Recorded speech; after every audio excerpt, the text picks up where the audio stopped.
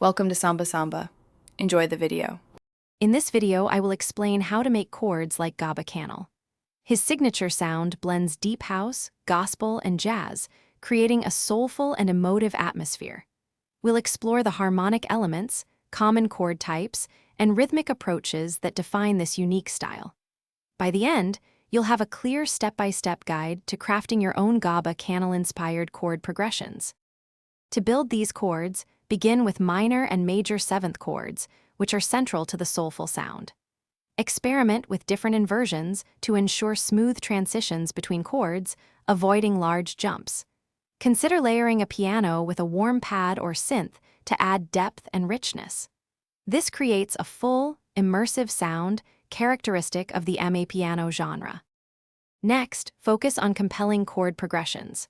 Common sequences like Roman 6-2-5-1 or 1-5-6-4 are excellent starting points, often found in deep house and piano. Craft a strong, melodic bass line that supports your chords, typically playing root notes.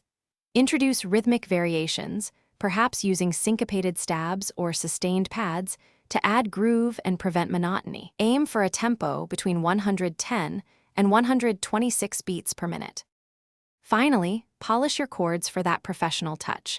Use subtle reverb and delay to give your chords space without making them muddy. Vary the velocity of individual notes to create a more human and less quantized feel.